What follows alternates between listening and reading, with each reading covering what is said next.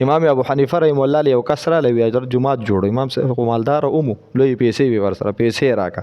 امام ابو حنیفه رحم الله ولا پیسې ورکړي امام ابو حنیفه رحم الله هغه پیسې کس وی وړلې جماعت جوړ شو تیار شو بیرته رالی امام صاحب لوی حضرت خپل دا پیسې واپس والا وی ولی وی زمونږ هغه جماعت جوړ شو ستاسو دا پیسې بچت شو دا پکې ونه لګي ځکه امام صاحب په زمانه کې خو رښتونې خلکو دا نه مونږ له راکړې بس اوس جماعت نه پاتې شي زمونږ شوي وی دا پکې ونه لګي د جماعت مکمل شو خپلې پیسې واپس والی امام صاحب ورته وی ما ته اطلاع راغلی و چې تاسو په خپله محله کې دویم جماعت جوړوئ چې تا زما پیسې وی وړلې ما ته دا پته ولګېده ما خدای ته دعا وکړله ما کریمه بې ځایه ځي کې زما پیسې ونه لګي وی الله زما دعا قبوله کړه په بې ځایه ځي کې او په ناجایز ځي کې زما پیسې ونه لګېدې څونه سخت قول یې کړی دی